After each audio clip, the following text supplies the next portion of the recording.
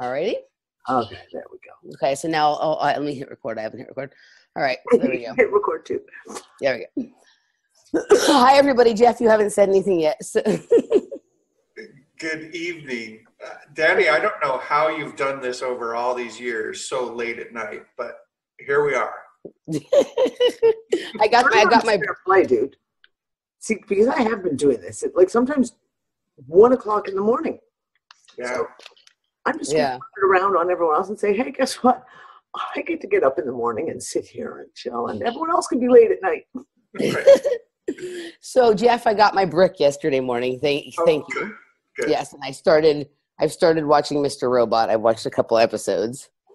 Okay. All right, so we'll see. It's quite a brick, though. There's a lot of stuff on there, man. Thank you. You send her one of your famous bricks. Yes. Yeah. Nice. Yeah. I have 2 of them. 2 bricks. I have 2 bricks. Yes. All right. And yeah, I mean, it's, you know, what's really, really funny, because it's like, it's gotten to the point with the last one you sent me, the 3 terabyte one of movies. I literally, the kids wanted to watch Ghostbusters, of all things. Mm-hmm. And I was like, before we download it, let me go to the brick, because I never know what's going to be on there. So it was the same thing, like when we decided we wanted to watch Blade Runner, the 2049, the new Blade Runner. I was like, before we do that, let me check the brick, because I'm pretty sure we have the director's cut of the original on the brick. Right on. So are you awake, Jeff? I'm getting there. So. All right. Oh, did you take a nap? Yeah, I did. I took a nap this afternoon, and then I thought, well, maybe I'll take another little one before this, but I started watching, there's gymnastics on TV, and so I started watching gymnastics, and then that kind of gets me excited, and then I was, not going to fall back asleep. I have to go to work in the morning, so hopefully I'll fall asleep as soon as my sister and my nephew were here, so I took yesterday off of work, so I have to work tomorrow instead, but they went home today. And I feel like I'm finally almost over the plague. Man, I never get sick, and this one was bad, dude. Yeah. This one was bad. Listen, I talked about it fucking the last show I did, the Quintessentially Home. Ann Callahan and I have been having meetings for about 7 weeks now, at least once a week, sometimes every 2 and 3 days, discussing the symptoms as they're going through, because, of course, she's, as a homeopath, she is in contact with homeopaths all over the world. Like, they keep really good track of different symptoms that are coming up. And she was saying, like, nothing. The usual remedies that everyone, your go-tos, nothing worked. And I did the same thing here. I mean, I went through fucking all my usuals, everything. And you'd get, like, it would work for a bit. Like, I do a mixture with the black seed oil with eucalyptus and rosemary for cough, especially a phlegmy cough. And it would work for kind of like for the first bout. It worked really well. Give it to the kids, boom, the symptoms were just gone instantly for about a good 4 hours. Then we kind of had the second wave come through the house. Didn't work anymore. And none of the usual stuff. This one was super weird. Like, I don't get sick very often, but this one was super weird. Like, I had been around sick people for months. Like, my dad had pneumonia and a bunch of colds and stuff, and I didn't catch them. And then it seemed like everybody at work, and I work in a restaurant, so where there's heat also, which sometimes makes it worse. Everyone at work got sick, and then it started like I've been tired, which is unusual for me. I was pretty tired for like a week and a half or 2 weeks before I even started to get sick. But like, it was more like, it felt more like a emotional sleepiness. Like, I still had energy to do stuff, but I just was like feeling tired, like inside. And then I started like I started to feel it like last Tuesday, like not this Tuesday, but the Tuesday before. It was like, I could feel like the little tiny tickle coming in the throat, and there was like some back pain that was weird. And then I woke up in the morning on Wednesday, and I was like, well, I'm not sick yet, so I'm going to try and get in one more run before I get sick. So I started running, and I got like 2 or 3 miles away from the house, and I was like, I can't run anymore. And now I'm all the way 3 miles from the house, and I have to walk back. And during the course of the walk back, like, it settled in, like I lost my voice during the course of the walk back. And like everything started hurting and whatever. And I had plans to go to lunch with a friend before I went to work. I canceled that and just went to sleep until it was time to go to work. And I had to work all like through that. I worked on, but like for 3 days, for just Wednesday, Thursday, and Friday, or was it just Thursday? It was just Thursday and Friday. It was just like only a sore throat and the back pain. There was not the other stuff. So I thought maybe I can just, I took a lot of stuff. I thought maybe I want to escape just with that. And I was thinking that. And then on like the Friday night, I spent the night at my mom's house. And I woke up in the middle of the night, like my head was all stuffed and like sniffly and awful. And I've pretty much been sick since then. I started to feel better about 3 or 4 days ago, but it's still, I still have that phlegmy cough and whatnot. And nothing that usually works. Like usually I can like drown it out with supplements. You know what I mean? With like oil of oregano and with other supplements. And I always take a lot of really high quality vitamin C. You know what I mean? I drink a lot of green. Nothing was working. And like, yeah, nothing was working. So I just had to let myself just like, I was taking, the one thing that I felt like did help one of the listeners of the show who lives around here gave me propolis. Yep. Have you ever taken propolis? And that felt like it was actually doing something a little bit. That is the weirdest thing ever though, the way that feels when you put it in your mouth, like yeah, it's so weird. But other than that, yeah, so I've just been kind of trying to overcome this, but I'm pretty much almost feeling back to my normal self. I use raw honey. Yeah. I get local raw honey. Yeah. For the homeopathic, basically the propolis works that way. And you get a homeopathic. If you've got something that's going into your neighborhood, whether it's an allergy, viruses, etc., you take the local honey to help. Yeah. Yeah, I don't do honey because of the sugar, but so I like the propolis because it's a way of getting the good stuff from the honey without the sugar. So looks like we have someone joining us here. Is that Ben? Hello. Oh, look. Oh, yay. You got some electronics to work. All right. Hi, Ben. Hi. Nice to meet you. Yes, ditto. I'm glad you could join us. I thought we weren't going to have you because what's going on with your electronics? Oh, I have no idea. my mag adapter from my Mac broke about a week ago, so I bought a brand new one. And since having been doing work with a gentleman that goes by the name of Tane Darko, all sorts of haywire has started occurring with them. My phone, my computer, my chargers. Oh, yeah. We're familiar with these kinds of problems. Even definitely not the first time, but it's all really strange, when all of it sort of starts going at once when you're working on new stuff and you go, oh, I must be onto something. Yeah. It's like, what frequency did they just hit all of your electronics with? Yeah. Yeah. Right. Yeah. Yep. So what's going on, guys? Like, what have you been like? I was pretty out for the last week and a half, so I haven't looked at too much stuff. I've tried to look at some of the things you guys have sent, and I, keep track of my own feed. The most interesting thing to me this week was that bit from Tracy Twyman. What did you guys think about that? I haven't seen it. Oh, I put it in the. I put it in the group chat. Which one was that? I just reposted it in the group chat. Oh man. Darn. I was really wanting to hear what Dani said about that. Where did Dani go? She mad?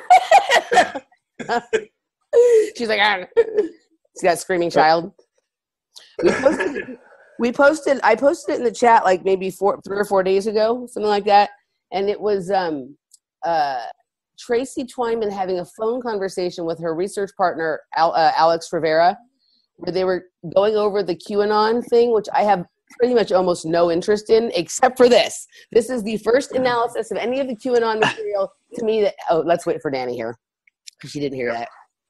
No, I heard everything. I just had to deal with a little bit as well. Yeah, so this was the first, I think the QAnon thing is a huge distraction and mostly boring, and I mostly have no interest in listening to patriots try and decode the esoteric meaning of whatever Q is trying to do. Like, I just have no patience for that.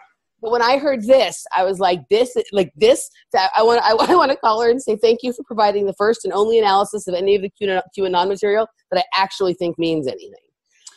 Yeah, my mom went back through as far back as she could on her and the fella, and this seemed to be a gem all by itself. Yeah. they don't really tie anything else together before that or maybe after that. But this was an amazing hour of data connecting. Yeah. So it's a must listen. Yeah. But I kind of like, so Danny, you'll have to listen to it and then we'll have to reconvene on it because like I was really wanting to hear all of your guys' take on that, but your take is important. So we'll have to pretty much reconvene on that. But I think she had some really, there was a bunch of really interesting stuff in there. I mean, like this was like 5, 6, and 70 analysis of Q material. And I like Tracy Twyman. Like a lot of people, are kind of hearing, not really into her stuff. I interviewed her once when I was like very first joined Randy, and I had to do it by myself because Randy couldn't make it. And I was a newbie, so I didn't feel like I did a great job. We had an interesting discussion. But I like her because, A, she doesn't give two fucks what anyone else thinks. She doesn't care about fitting into the rest of the group at all.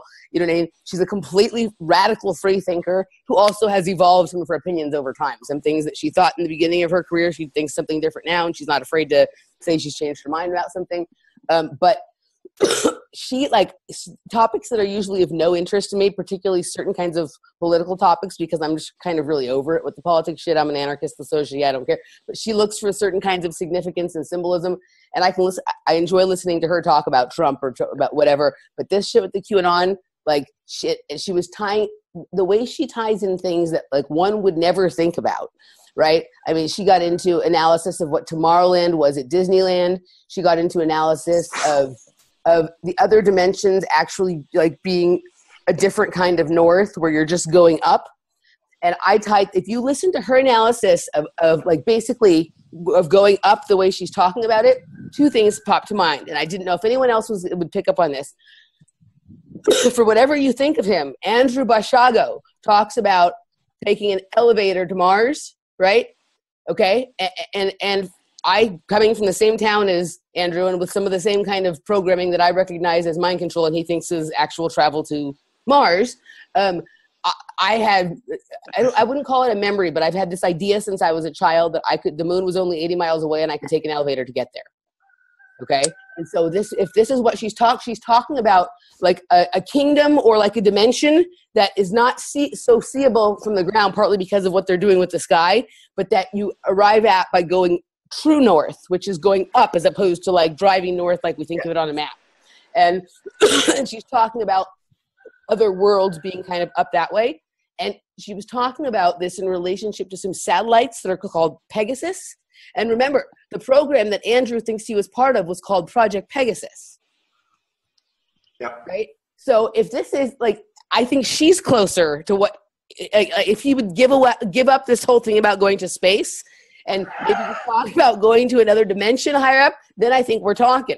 You know what I mean? But it's super interesting. And then the way she talks about the whole thing with children at Tomorrowland and Disneyland was totally fascinating to me because I like that's part of the whole point of like the Mickey Mouse Club and whatever. When I was a kid, I did something called Mousercise, like a TV program that all the gymnasts would go on and we'd do the little exercises and stuff like that. But so there's always the Mickey Mouse programming and some of the shit she was talking about that when you went into Tomorrowland and you would go on some of the rides that they would give you like a pin to wear, and if the light shined on the pin just a certain way, it would like open up a door to the kingdom. Like the Magic Kingdom was maybe something that was up. And you think about it at Disney World, she was talking about in relation to Disney World, they have that thing at the Epcot Center that is like the needle that is up, and then there's like a whole world up there. Right. So whenever people are having these conversations, I want to jump in with my 2 cents, and I wish we could have like a larger roundtable about this kind of stuff because what I'm really starting to understand is each one of us has pieces, whether it's from our research, our own experiences, our creative thinking, our imagination, or whatever. And it's just that, like, we're all kind of separated in some ways. And there's some people whose material like doesn't come across some of our paths, and others who we more focus on and whatever. But that hour and 15 minutes was one of the richest things I've heard in a long time. A long time. So to tie that. Okay, go ahead. Yeah, go ahead, Jeff. No. Tie that to maybe Hollywood soft disclosure, Marvel's Inhumans, there's a whole Inhuman collective on the moon that popped down, which also ties to that TV series Alphas, which is, a bunch of kids. have telekinesis, teleportation, all these abilities. Okay, so you're talking about going up. It's interesting that she tied up to, or north, true north to Mecca. Yeah. Which. And the black cube. And the black cube, which I guess Dani will know. We had a group of friends go try and deal with Mecca metaphysically, and it didn't work at all, as far as I could ever tell, because they didn't understand the game. I don't really want to go very much farther because it was a fail. It was a fail, right? There was such massive backlash from that. When you do something right, that's backed by responsibility and universal lore, not violating it. Things just happen clean. Yeah. And yeah, Mecca's a target, I guess. It's something to look at, but you have to understand what that is first. Yeah. Yeah. You can't just go blindly charging in without any comprehension. Yeah. No, because all these interesting data sources from DeSantis to Tracy, and I posted in the group chat another fella. Who is that? You sent me, Emily, that Are We in a Simulation guy. He's Persian. Oh, I told you about him. Yeah, his insanity is sanity. Right. Yeah. So. I know. Yeah. Yeah. I have to check him out again. It's been a long time. Yeah. So there's all these interesting disparate data sources talking about Fringe's pocket dimensions. Yeah. And even you'll see Mr. Robot even goes there. I just started chewing on Dark Matter Season 2, and I was trying to figure out which one I was in, and all of a sudden they jumped into the ability to go into a hidden pocket dimension. It's just everywhere. Yep. Yeah. So this is up on the plate. I think this is what DeSantis and those core blockchain kids they're doing it. But that is something completely separately different than the astral realm. It's just...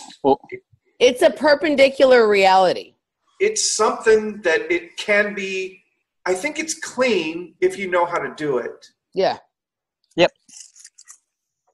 I agree with that. And it's a perpendicular reality. It's at 45-degree angle, like what you guys were talking about in some of your conversations. And if you look back to Fringe with the mirror at the 45-degree angles, like everybody's so looking for a parallel reality. It's not. It's perpendicular. And the 45-degree thing, like that kind of just comes logically. It's like, if you look at the First Nations, all their structures, their teepees, their everything faced east. And then all of a sudden we end up with this direction of north, which is essentially nowhere.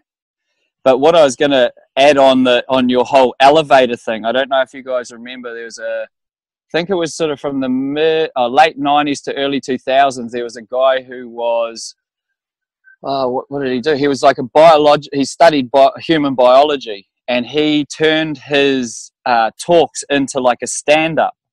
And one of the things he used to do was he used to go, right, I'm about to turn the lights off, and I'm going to ask you a question, and I want you to do what answer the question with a movement. So he'd turn the lights off and he'd go, everyone point north. And of course, all the men would, or generally like 90% of the men would point to the compass bearing north, and most of the women would point straight up. Mm-hmm. And then, of course, they sit there and go, well, look, this is men's bearings and da-da-da-da-da. But if you actually throw it into the whole thing of schooling, men have been taught that, and we clue into it. And perhaps the feminine is actually fully onto it and fucking pointing to the elevator. Yeah. Well, it's funny because, and I talked to Jeff, after we finished the recording on Saturday, and Ben, I told them, because I went in to go take a look to see what I could see. And at the very, very end of what I saw was, I was looking through a view screen down at Earth. So Are you remote viewing? Yeah. So okay.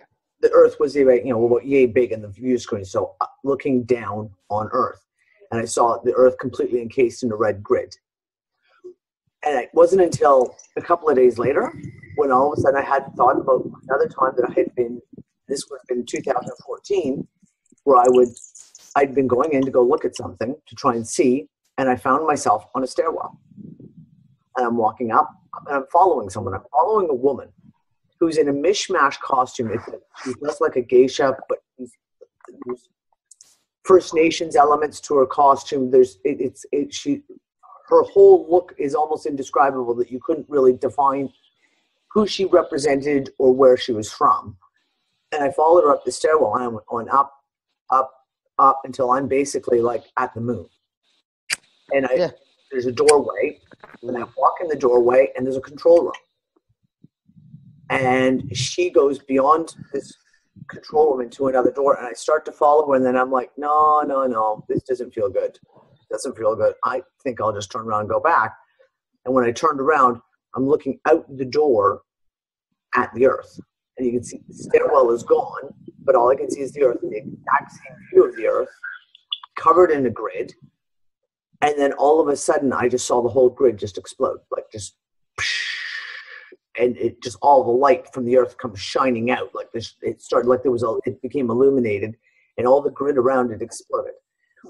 And that was 2014. But the same type of thing, I can remember at the time going, what the hell does that symbolize? That going up, like climbing a stairwell, going up to the moon. Led Zeppelin got it right all along. Yeah. But seriously. Yeah, no, seriously, yeah. So DeSantis's tweet, in his Twitter feed, he has pinned the white stairs. Yeah, with the purple door. With the purple like door. A pink and purple, yeah. I mean, it kind of seems like it's the white room, or the moon could be interpreted as white control room. Or is it another door? If the sun is a portal and it has, certain energies, could the moon be literally a doorway, as opposed to an object? Is it like the fucking hub on a submarine? Well, what do they call it? People call it different things. The halls of Amenti, or the Hall of Mirrors, the Hall of Matt, the Hall of and people see it differently. Like whether it's the long corridor with all the doors, or for me, I used to always see it as a tower, and there were all the way as you went up the tower, there were doorways all the way out. Is that kind of like? Is that what the moon is? Is it's just your central point that is the jump off point to? Well, also what about the possibility that the sun and the moon are the same thing? Right? Like, that's something that I got into a little bit earlier this year, and I don't know if it's always been this way, but we have this weird situation now with this white sun, and it looks almost like they're trying to reflect something off of where the moon normally is and convince us that it's a sun. Like, did the regular sun go away, and now they're pretending that the moon is also the sun? Right? Look at, and sometimes when the sun sets, it's the normal orange color, but when it's up in the sky, if you really, really look at it, it's like the exact same size as the moon, but it's got that just freakish, shimmery, coppery white glare. You know what I mean? Yeah. That it's just crazy. And what if they're there's always been the idea that possibly the moon was a projection. What if they're just projecting things? There's something there, but they're projecting something over it, or they're projecting something off of it. Well, this is so. For example, sundogs. And I've gotten into this fucking argument with people, and because now you're in the Mandela effect realm, right? Where people are like, well, we've always had those, and other people are like, no, we fucking haven't. And that's this whole thing of sundogs, and all of a sudden in the last few years, they're everywhere, and they're all the time. Like it's and in the last 3 months, there have been more pictures of sundogs in the last 3 months than I've ever fucking seen. And we had one here. We were the fucking until this week, like the only decent sunny day. I think it was maybe 2 Tuesdays before Christmas. We actually had a nice day where we get our homeschool group together and the kids, and we went to the beach and just let the kids run. And we look up and you have that lovely chemtrail haze all over this. And there's a massive, full-blown 360-degree halo with, in the corners, you could see like just trying to shimmer in that sundog kind of rainbows kind of stuff. I looked at that and I was like, now we're seeing it everywhere. We're seeing it all the time. Are all of you guys getting pounded the same way? We're getting pounded so ridiculously with chemtrails. I'm clean. I don't know why we're clean up here. We haven't had too many, but when I watch the satellites over, like the Board of Meteorology's satellites here, I can see there's these things that form, and they're just these big fan circles, and they've been sitting them over like that big cyclone that smashed Australia.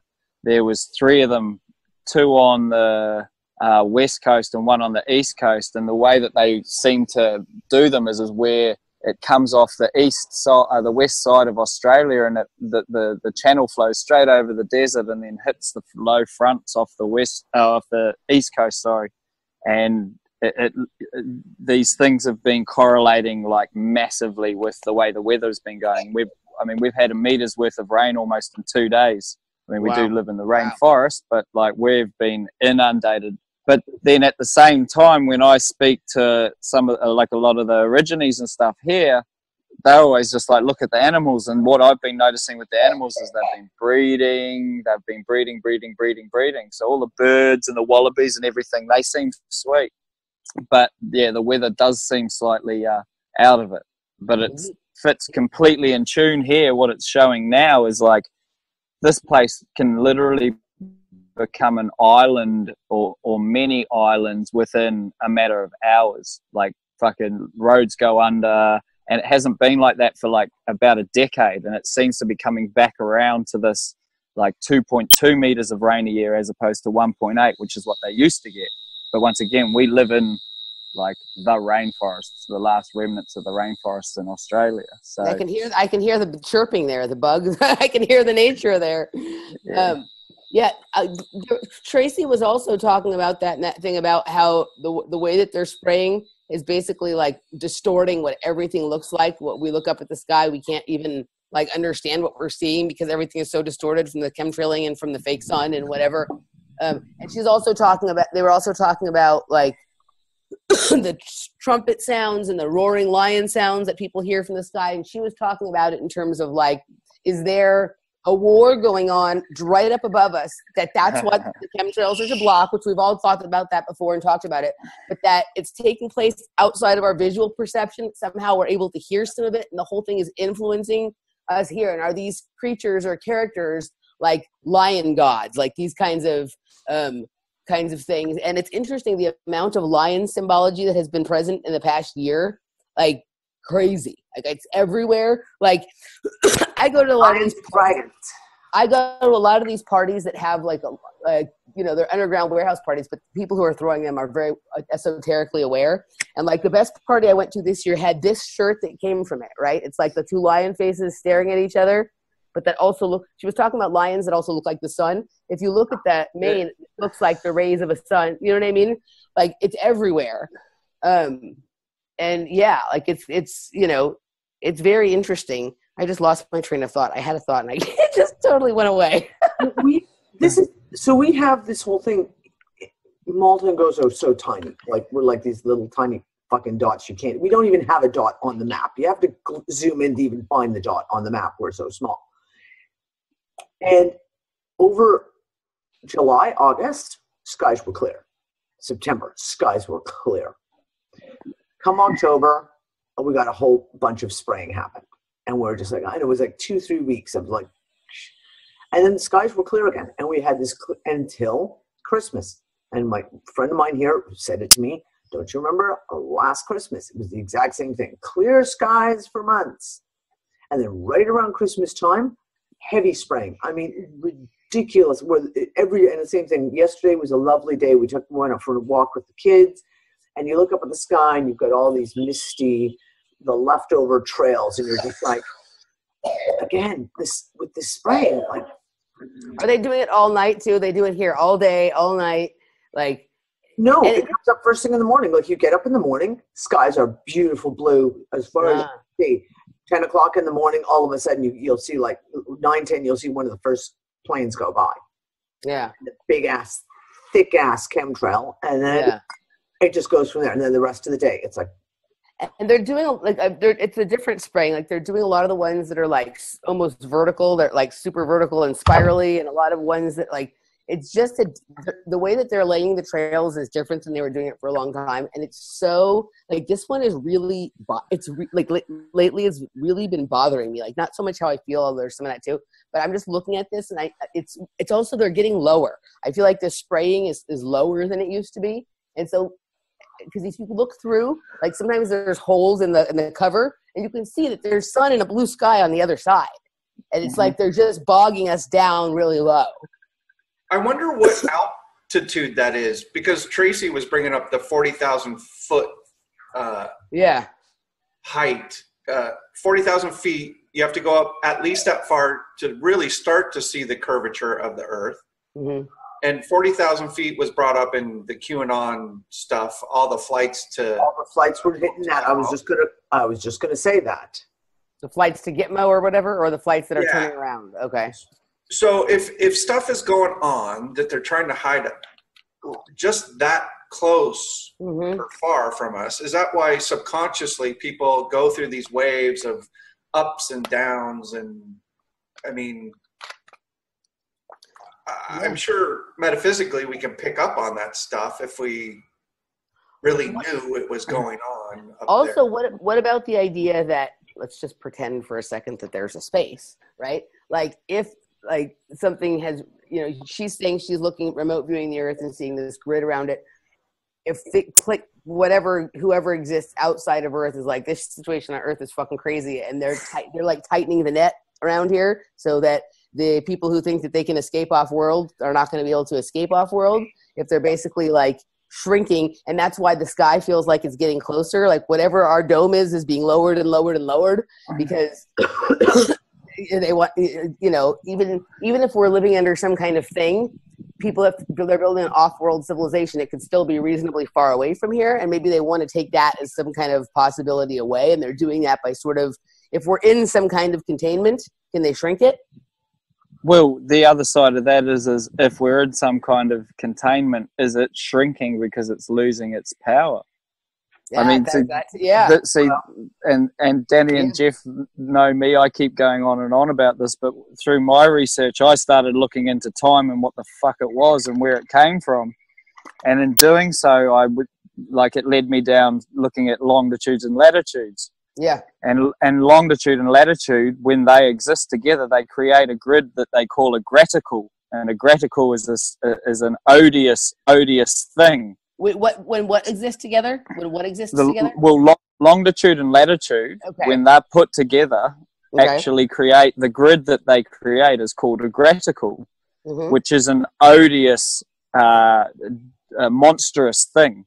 It's not, whatever it is, it's not nice. Like, it's really not nice. By definition, it's not nice. By definition, that's what they actually make. So longitude plus latitude equal graticle. Graticle is an odious, what do they call it? An odious grid. And then I've always sat there and thought, because like we deal with a lot of the metaphysics and radionics and alchemy, and it's sort of like, in radionics, that's all it takes is some form of energetic grid with a photo over it, right? Yep. And then you're able to manipulate certain areas depending on what you're doing. So you can deal in radionics, you can deal with the soil, with plants, with pests, with the atmosphere, the same as you can with humans, with them being sick and stuff. And what we were getting told, because we've got a couple of these guys that have been radionics gurus for like 40, 50 years, is they've actually, now homeopaths are using radionics machines to charge their tinctures more than they're actually using like pills and extracts now, because they're finding it more beneficial with the radionics. So if the power that be you know, has this kind of tech, I mean, literally all it literally takes is a black and white image of the planet or Earth or the world sitting on some grid in some motherfucker's table, and then they just sit there and go, well, go grid over that area, and just, like, you know, with their voodoo dolls or whatever it is, they're just really playing with the ether in literal sense. Well, and also and like that's why I'm buzzing out on this Eric Dollard again. Eric Dollard's great. I haven't listened to him sitting there going, well, just recently I'm sitting there and listening to him talk about electricity, and, you know, essentially he's like, there's no such thing as electricity until electricity's needed. Otherwise it is just energy. And he was talking about in the most recent thing that I've seen of his, which I think was from last year, he just started talking about how senators approached him about the energy companies. So he's been writing a dossier and doing some investigating, and because of the stuff that he does, he's discovered that three-phase power that was three-phase power 30, 40 years ago isn't, and they've changed it. They've actually changed the voltage, or they've changed the electricity itself, and therefore what that does is changes a magnetic frequency, because the dielectric, or the polar opposite of electricity, is magnetism, right? Yeah. So you end up with this huge grid, and here we are talking about HARP and da-da-da-da, whereas in actuality our power cables have literally been turned into, and are being turned into, same with like 5G and that sort of rollout, are being turned into these massive HARP monitors, essentially. So, you know, the more heavy metals, and I know that they're putting heavy metals without getting anything tested, because when the chemtrail thing sort of first started coming out, we were making a lot of tinctures out of different types of mushrooms and shit. And for, over 2 or 3 seasons, it got to a point where there were absolutely no mushrooms. And, you know, I've studied mycology for some time, and I'm like, mushrooms deal with anything. My friend, and it was out about that time that Monsanto had stated that they were about to release an aluminium-resistant seed stock. And I was like, fuck. So we started getting in contact with some of our crew, and aluminium will kill mycelium. Yeah. Like, it will kill it. It's one of the heavy metals that will, you know, annihilate it. So, and that's mitochondrial mycelium too, right? That's mitochondrial. So we're not just talking about like saprophytic and those sorts of things that live on dead wood. We're talking about the stuff that grows in like the living soil across the top surface. My friend Mia, who lives here, Dani, I think you know Mia Wasilovich. Yeah. She's a forager. She basically had to move on from that because there's been no mushrooms the last couple of years. And when I first met her, she was still sort of doing it. And like literally she would be so sad because they would go out foraging all day and find the amount of mushrooms in one whole day to find in 15 minutes. You know what I mean? Yeah. So that, but I also wonder that how the heavy metals are affecting the mycelium. Think about, so in sensate, how they're connected by the psycilium, and what is that doing to our psycilium? And right, like, is that also? This also goes to some of Jeff's pet theory about 5G and blood sugar and the time crystals, and if they're they're slowing us down. Like Jeff and I have been talking a lot about, because we like to nerd out on DeSantis's tweets and try and figure out alternate meanings for them. But we really like the stuff in I like the stuff in the July interview where he's like talking about how the space aspects of something can remain centralized while the time qualities be decentralized.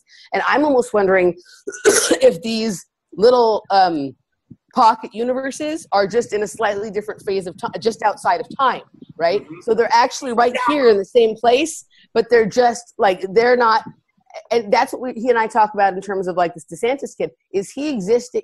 And I mentioned this, and I think some people didn't understand why I said this.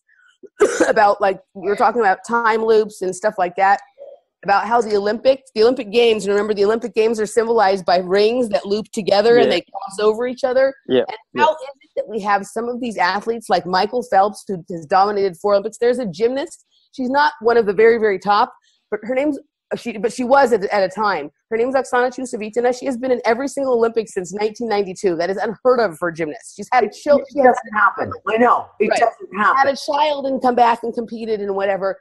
You have people like the Williams sisters or the Williams brothers or however you think about them. Roger Federer. Are they basically somehow existing outside of time and able to insert or reinsert themselves at certain points in time to assert their dominance because they are a symbol of something, and then they sort of pull back out? These athletes, they disappear for periods of time. None of them are ever present all the time. They'll go away, they'll take a year off, they'll take 2 years off, they'll come back, they'll do whatever.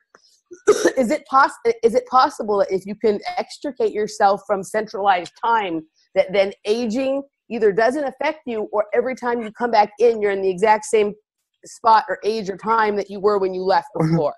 One of my favorite authors is Raymond Feist. And in this one of his series of books, he talked about how they basically had something extremely powerful, and they had to hide it because if anyone got control of it, that was the end, right? If you couldn't trust any one group to be in control of it, so this group of mages hid it. Oh, fuck! Inside time, they phased it just a second. Well, that's like what Walter did with that thing that was beeping the receptor for the child observer. He hid it and the child observer in the pocket universe. And also circling this back around to some of Jeff's theory about the sugar and 5G and creating time crystals. What if 5G is somehow also code for if you have more than 5 grams of sugar in your blood, you maybe talk about this sticky blood or blood that has crystallized stuff in it. Like, what if you have more than 5 grams of sugar in your blood at any time? Think about, like, I mean, our first story that we really connect to about humanity in any way is Adam and Eve and the apple in the garden, right? Eating an apple, unless it's a sour one, is going to put your blood sugar over 5 grams. If you have like a really tart green one, you might be able to escape with 4. But I mean, what if that's it? Like, what if the whole thing is we control, like, obviously we need to learn to control like our glands and our endocrine system, because the blood sugar then causes other things to secrete different kinds of hormones. But what if it's really about, whatever they're applying to us frequency wise from the outside interacts with the amount of blood sugar we have? And what if diabetes is people whose bodies are not accepting to whatever they're applying to that sugar? The reason their body is rejecting the sugar is because their body can't handle the frequency being applied to it when it does to them. Think about it. We didn't have so much diabetes until it came at the same time as the frequencies, the chemtrails, all the more electronics and the cell phones and all that kind of stuff. And it just keeps increasing and increasing. It used to be a rare vaccines. And the vaccines. Don't ever forget the vaccines. Yeah. You know what I mean? So like I just think that we have to look at like all the different little like layers of this. And I mean, if you look at some people like, you guys watch like Seven Bomar, who I have mixed feelings about Seven, but it's very clear to me that he's been experimenting with escaping time and coming back in and different things like that. Yeah, and he takes a lot of minerals and he eats a particular diet and things, something different than I do mine, but similar kind of thing. And like, it's just, it seems to me like, because I've never seen somebody who's able to go through so much information and get so much work done and seem to be so relaxed kind of all the time as he is. And I just wonder if he's like escaping time, doing all this research, coming back, in delivering it. You know what I mean? If you're able to sort of put yourself into remember in Fringe, when they went into the pocket universe, there was that guy who had been trapped in there and he thought he was just in there for 3 days, but it had been 25 years. Yep. So moves outside of time. That time in there is outside of time, or moves at a different rate. But that's what I keep coming back to. Like, for this last year, we've watched time speed up and speed up, and to the point of, like I said, I can remember in one of the shows in like October being like, okay, the day is only 12 hours long now. And that includes fucking going to sleep, because you were just like, oh my God, I could not.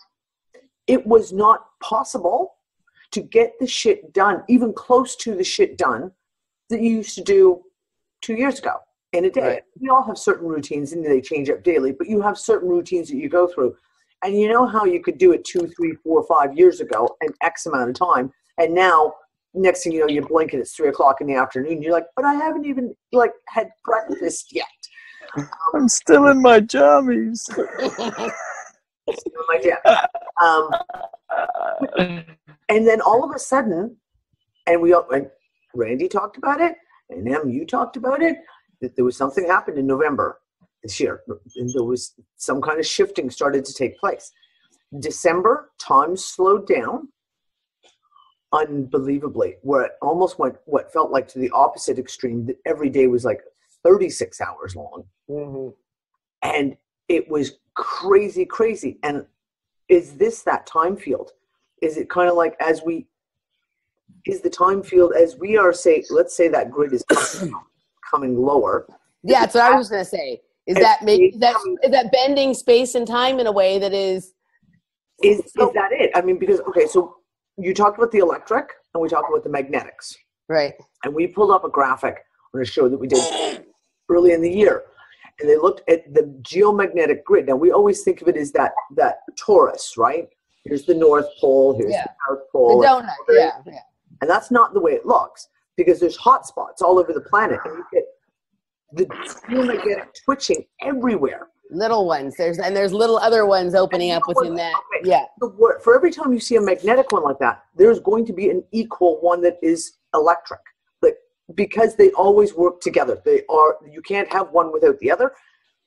What if when one of those forms, you get touching, like almost like, do you know what I mean? Like it connects with that upper level, and in that moment you have a space-time where all of a sudden space-time becomes different. It abstracts.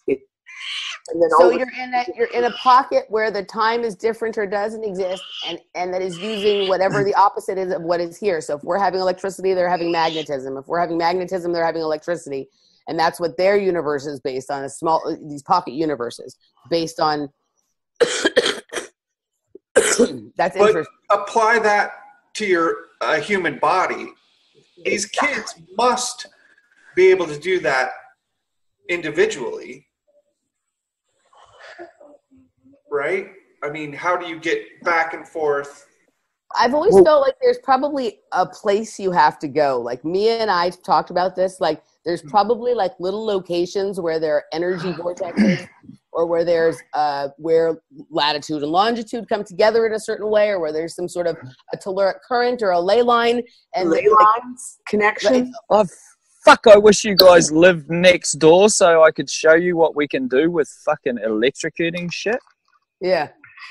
Like, because what you got, like, I think I've described it, I've described it to Dee, and I think I may have described it to Jeff.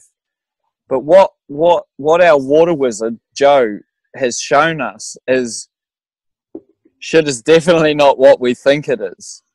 And what you can do with magnetism is by using, what would you call it? Just alternate materials. And literally what by that I mean is like two magnets and a steel plate that can take magnetic charge. We can create an east and west point with magnets, right? Which doesn't exist. And yet we know this shit exists because it creates a charge in the water, so much so that if we set these banks up in certain ways, because magnets rotate, right? They have a spiral. So you have, I think it's south pole's left turn, north pole's right turn. And so if you get two disc magnets and you put south and south, which is not supposed to go together, but you put a piece of steel between them, they'll stick. And what you've done is their rotations then create a corkscrew, right? So you can actually set up a dielectric or magnetic field that creates vortexes. And then by putting these plates between it, it actually then splits the vortex and sends it up and down. Remember, in Fringe, they had to get the big magnet so that they could open up the door, the travel way between the future and and whatever. They went to that. They went to the yard, and the African lady, the black lady, was there, and she had the large magnet she'd been saving for them for all these years. and they used a magnet that was like on a big, huge steel hook thing to basically, they were calling it the passageway or the cargo way or something like that. And they were basically sending basically like truck, like almost like a cargo container from a truck through they were trying to send one in through from the future. They were trying to send it back. They were, you know what I mean? That was the whole, but yeah, they were using magnets. They were not using So what if they're trying to magnetize the ionosphere? Maybe that's the okay. So this is, wouldn't this be interesting? Because like, just between all of us, like I like her and she was nice to us when she was on the show, but both Randy and I have some level of distrust for Alana Freeland, and she's really gone on and on about electrifying the ionosphere and whatever. What if they're magnetizing it instead of electrifying it, right? What if the disinformation is that? Yeah. All worried about the well, that would go with like what what's his name, Machu Picchu, or what is his name? Michio Kaku. Oh, that physicist. Michio Kaku. Yeah, that's it, Michio Kaku. So, well, he's sitting there talking about them sending, 4 trillion watt laser beams up into the ionosphere to electrify it. Yep. So once electricity hits its optimum, it flips into magnetism. That's its show. So that's how So they're telling us all about the electrifying of the atmosphere without letting people know about the magnetism aspect of it. Okay. Well, and see, if Eric Dollard will say they have no fucking idea. Right. So they're just winging. He could very well be. He could be right. Yeah. I wish in that interview Eric would have said he thought things were really out of control. He just said, "I'm in touch with it every day." But he didn't. Go ahead. Well, he what he does go into though is he's like, I can't live there. That's why he's out in the bush. He's like, I can't live there. He's like, if you brought even the Newtons back and the Teslas and the Maxwells, he's like, they'd probably die of shock, if not from what they're doing with electricity and stuff. Because he's like, this is so far past where, like, it's just fucking, he's like, it's just that he's like, no one actually understands it. No one understands it. I haven't watched that one. I haven't heard him in a while. Like the one you sent the other day, I haven't gotten to hear that yet. I haven't listened to it. One of the dudes in the UU just posted up that thing of fucking South Africa, Ihor, and there's all those rods coming out of the buildings and fucking on the railroads, and they had trams, and can't remember what year it was, but they had these electric trams, and there were you could not see a power line anywhere. But the tram, anywhere, not nowhere.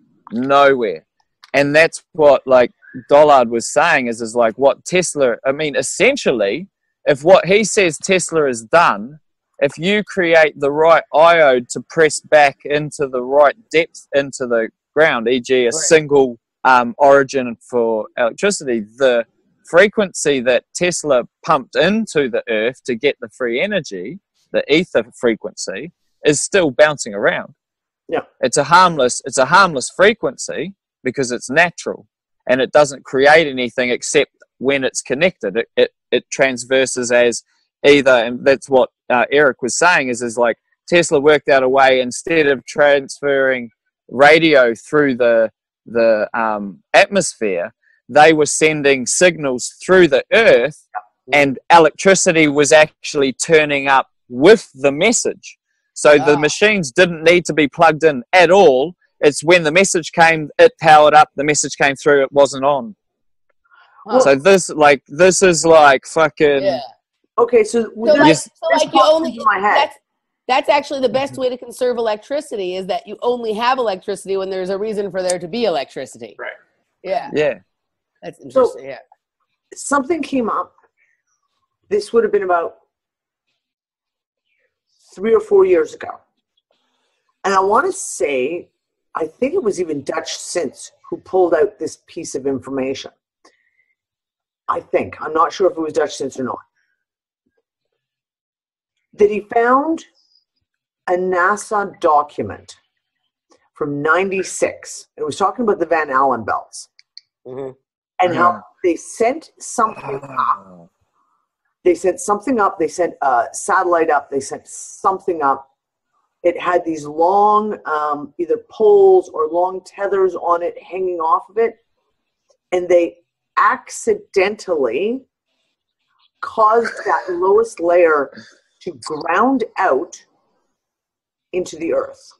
Right. Like they drained it and grounded it into the layer of the radiation belt.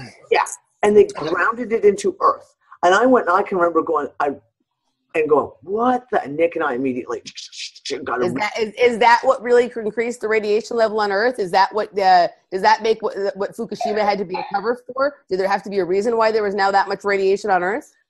This is it. This is the crux of the stuff right here. Like, when you talk about grounding, okay, you've grounded something. I mean, that's the terminology we use when we talk about electricity. Right. You put in a ground wire, et cetera, et cetera. And of course, now they're saying that, well, since that happened, so they were like, instead of having 3 Van Allen belts, now there was only 2. Well, guess what? And a third one is now formed outside. It's reformed on the other side. Another frickin' layer. But if we talk about the layers coming closer and closer, is whatever they did the first time, is it still up there? Is it still up there? Continuously grounding what? This adds into that whole thing. Like, if Tesla, like, I trust that Tesla knew his fucking shit, right? Yeah. And I trust that Steinsman's, I trust that he knew his shit and completely simplified and blew Maxwell's equations out of the water, right? And I trust that Eric Dollard can do what he does. And if that's the case, then what they have created is a gigantic fucking ring that is pumping. Now, I've started looking at whether it's music, whether it's temperature, whether it's volume, whether it's current, all those numbers are just frequencies, right? They're all just frequencies. Yep. They're just different representations. It doesn't matter whether they say electric volts or fucking plasma volts or whatever. Yeah. Right down to weight as well, like how heavy something is, kilograms, all those things are frequencies of matter, right? Mm-hmm. So if they're sitting there pumping, what is it, 4 trillion electric volts through CERN or something, fucking 7 trillion they got up to, you know what I mean? Like, so if the sun is X amount and they're putting X amount more into the planet, right? And we're trusting that Tesla and these guys knew their fucking shit. They are literally, like we've talked about, D, filling this resonance ball because we trust Tesla's stuff. We know that that's what the fucking planet is and the potential is, right? So if you pump it, it is going to either burst or create something from itself. That because once something reaches its capacity, like the pulse, the universal pulse, once it reaches a capacity, something else occurs from it. So we've got weather going off like nobody's business. But then we've got solar flares and holes again that are going off like nobody's business again. And changes in the sewer residents and stuff like that.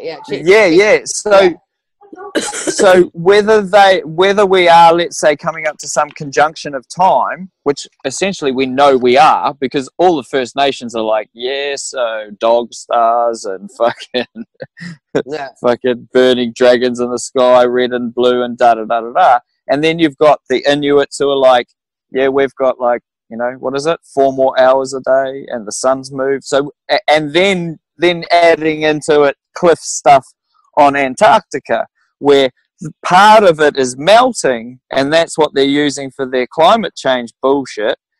But the actual ice is fucking freezing up the opposite side of the ocean. So we actually can map, if we look at this, an actual temperature change, which would actually, if we looked at, let's say, the oblique spheroid plane realm, Earth, has shifted so slightly we could actually map how a tilt has fucking happened, because if the side off New Zealand and Australia is melting, then the cold is actually going back up the Atlantic towards America, which is saying why that's getting colder, right? You mean So like why there's what I sort of storms in the Sahara Desert all of a sudden? yeah, Is that what you're exactly, and yet and that's why Moana is such a fucking hilarious movie to come out now, because it's all about way seeing, and it's all about what the sky is telling you exactly where you are, where you're going, fucking what temperature it should be.